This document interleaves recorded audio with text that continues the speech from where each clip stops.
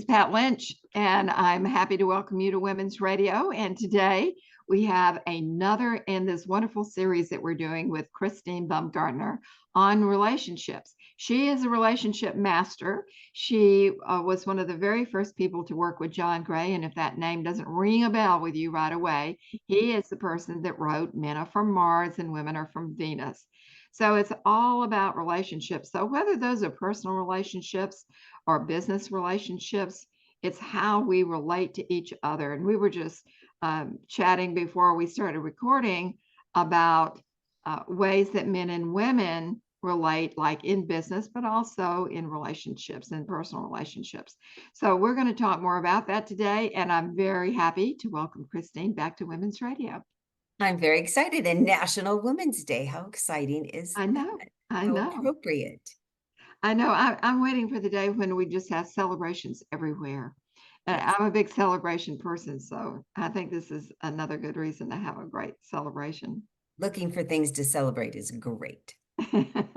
So you and I were chatting about what's one of the ways that things could feel a little smoother when men and women are working together in business. And I said, I think one of the key words is when we are working on and with a partnership where Yes. both people have had an opportunity to say, this is my goal. This is my personal goal in this business. This is my professional goal.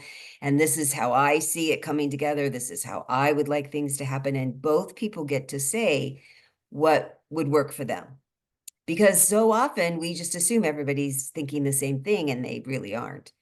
And lots of times people don't have bad ideas or wrong ideas. They're just not a match for the other person. So if we're open and honest about this is how I like to work and this is what works for me, and the other person goes, yeah, I could never, that just wouldn't work for me. How nice to know that right from the beginning.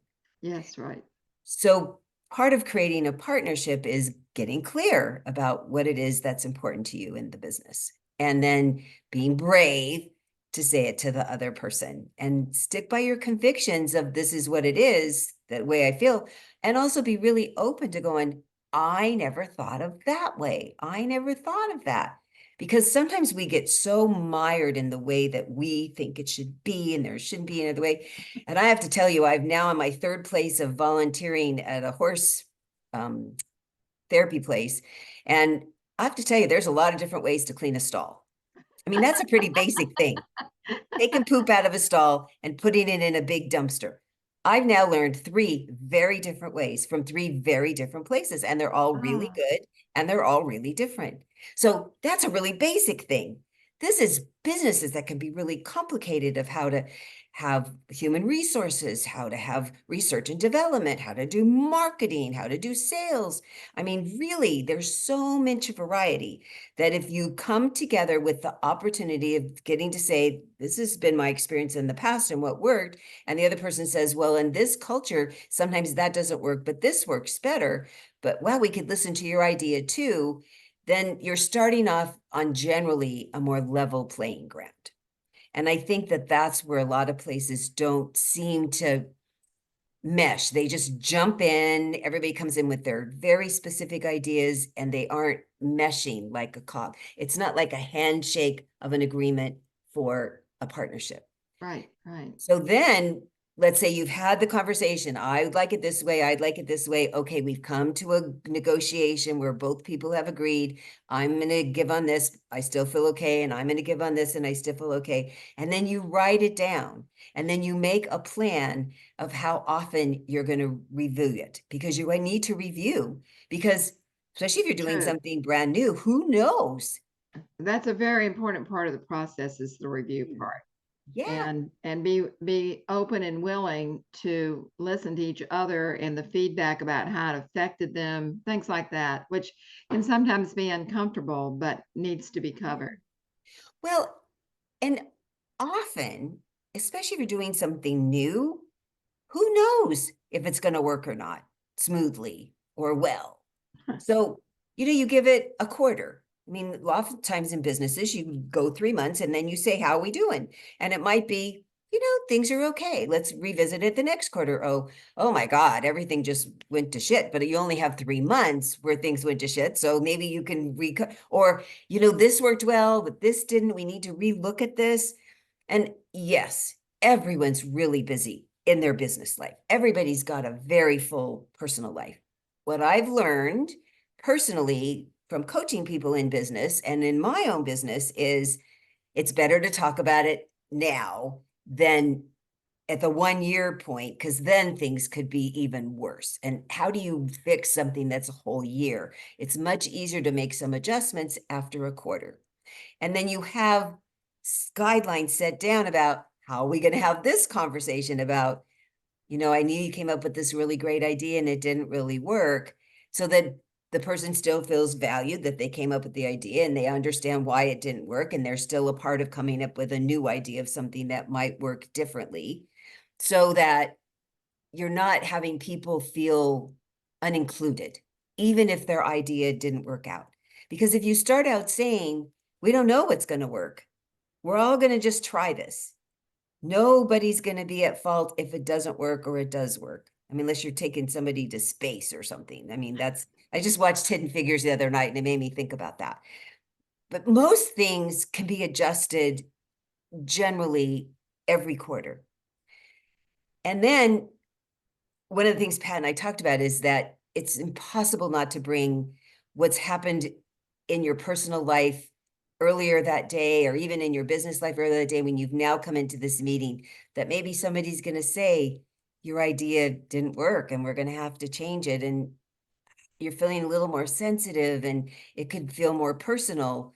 So we talked about that. Our suggestion would be that always before a meeting, that there's a way that everybody has a chance to just breathe or get centered. There's companies where we've talked about that they do a meditation ahead of time, which sounds so uncorporate. But what I've seen is if everyone gets a chance to just, Decompress. let's be sitting in our seats. I see that you've had stuff, and if you need that, that's what HR is about. Could we just be here now? One of the Buddhist people talk about is be here now. Totally. Be where your shoes are now. I have to remind myself about that frequently. So that way you can now let it go just for the moment and be present for what's going on, so that you can solve this challenge or celebrate if everybody goes, wow, that first quarter was better than we even could have imagined. Because if Right. you're not here now, you don't even get the celebration part. You Right. only get half. Right. So the more you can be present.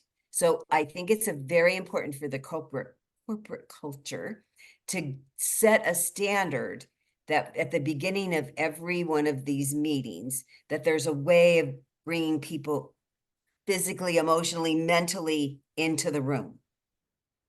You So brought that, up when we were talking again, about Zappos as an example of a corporate yes. culture that really seemed to work. And Mhm. they have worked and worked at it. Of course, they brought more original ideas. Yeah. They tried things. They really came from the point of view of the employees and in every way, and about having a real community in their corporate culture, not just a workplace. And the ones I see that are really successful, there's a couple of here in Southern California where I live, where the company is all about the employees.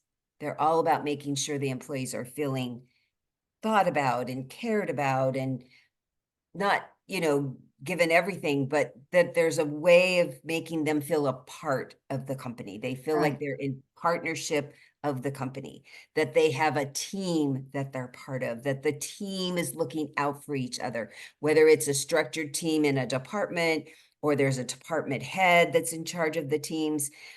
Generally, as human beings, we like being a part of something, like being part of a family. We like being part of a community. We like being part of a team at work. So I found the ones that are the most successful at that is that the corporate top people have established the opportunity that there's a way for this team to feel cohesive, and they have a place to go when they have a concern, and they have a place to be Right. celebrated when things are going well. Because one of the things we talked about is there's always things to strive for. There's always things coming up that are exciting and new. And then things like, oh, we're not there yet, we're not there yet. And we often don't stop and go, but look how far we've come. Look at what we've achieved up till now. Because it's almost as if we don't understand why we're so exhausted. We know we're exhausted, but what I'd like to do is celebrate why you're exhausted.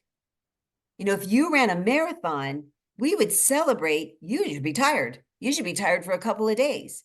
So what you've done in this company to launch a new product or start a new plan or even just get more cohesive, and it can be tiring and exhausting. And then you're like, but we're still not whatever our next goal is. Stop. Don't do that yet. Do the look what we've already done. Look how far we've come. Right. Because I find Celebrate. that's what gives you the energy to now go, oh yeah, we have this next hurdle. You have way more energy to now Right. focus on and be, and there's a lot less complaining. Because the complaining, as we said, is not going to get you anywhere. The No. complaining about what still needs to be done, the complaining about we're not there yet, that people don't have incentive to keep working hard if you don't say, oh my God, look what you already did. We are so excited about that. And we're going to keep doing this. It's not like you get to stand and rest on your laurels. I'm not saying that. Please do this celebrating part first. I think that's essential. And because our culture is everything needs to be done yesterday, and we Right. expect everything to happen in 2.5 seconds, that we don't do the stopping and appreciating and accepting that, wow, it was a lot of work and we did good. And now, okay, take your breath and we're moving on again. Don't you Yeah. think that The other that's just thing, so essential? absolutely essential. I think a corollary to that is to enjoy the trip, so Yeah. that it's not just about working hard, it's about really enjoying the process of the work that you're into. If you're not enjoying that, probably something is really off. So it just working harder won't solve that. So that's a good time for a really astute leaders to say, if you feel like this isn't this journey is not making you happy, everybody knows what makes them happy, then speak up, because maybe you're not the only one. Maybe we need to look at something. So not just celebrating at the end of the quarter, celebrate what you did and look at what you need to still do. But how can you have like a weekly something? Look what you did for that week, Mhm. or every other week. Look what you did for those 2 weeks, and not just wait until the 3-month mark. I think that's a really important point, Pat. Right. And this is why I enjoyed doing it. And what I learned from this was this. And so there's a lot more that can come out of a good cooperative effort. Yeah, so that's why when you start out in the beginning, I am a words of appreciation person. If people know about the 5 love languages, it's Yes, yes, never, yes. it's Say always say them, say them. so. Yeah, I love words. I love when people compliment me. I love when people appreciate me. I'm really good at appreciating other people because it's my love Your language. Do you love want language. one? Yes, it is so my love language. So knowing that about me, if I was in that meeting and saying, this is what would make me feel even more inspired, is if every week you looked at what did I do well. If there's something you need me to do different, tell me that too. I also need, if I'm not doing anything well, I'm in the wrong job. So if I'm doing something well, I appreciate recognition along the way. It inspires me to keep going. So if you say in the beginning that I'm the kind of person that needs, like new supplies, or I'm the kind of person that needs only tell me if it's something bad. So if I know you're not saying anything, I know I'm good. I know people like that, so not me. But if you say out loud, this is what gets me motivated, and the other person goes, I get that, and then you move on, you're like, okay, that's what keeps them feeling inspired and in partnership, equal partnership with your business. But the next time we come together, I would really love for you to go into the 5 love languages. I would. I think that everybody has not read that book. I think that I have been especially aware of it since watching Leanne Morgan, who's a comedian who talks about it a lot. And I'm thinking simple things like that though make all the difference in the world. So let's talk about that the next time. I think that'd be really fun because then we I can do suggest too. people go take the test and then figure out who their coworkers are when they take the test, and they can have conversations about it. I think that'd be really fun. So Because I can know we people have to wrap up today, but this has been so fun. And I think that would be a great subject next time. Correct. Is this something that people could find out by Googling? Can they find the Yep. five love languages? Okay. So everyone who's listening, and if you pass this along, everybody go look at the five love languages, and then we'll have a great discussion. We'll have a lot of fun. Yeah, because then they'll know what we're talking about. Yeah, it's the Gary Chapman books. You can get the book or you can just take the test.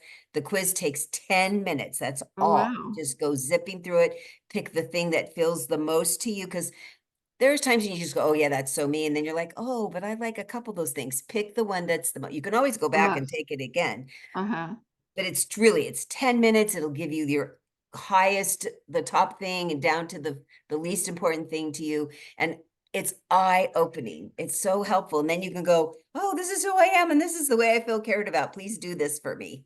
That's right. And it might save your marriage or it might save your business relationship. It might save a lot of things, right? Oh boy, when you know the other person's different, because typically we're really good at giving what we want back, Right. and you do something different for them that's their love language, it just can turn relationships around, personal and professional. That is such a good idea. Well, thank you so much, Christine, for coming back. We're having such a good time, and I hope that the audience feels the same way. And you can write and let us know at team@women-corp.com, and I'll make sure that this gets into the body copy somewhere. And we would love to hear from you guys and participate. And we're going to Yes. try and do more and more of that.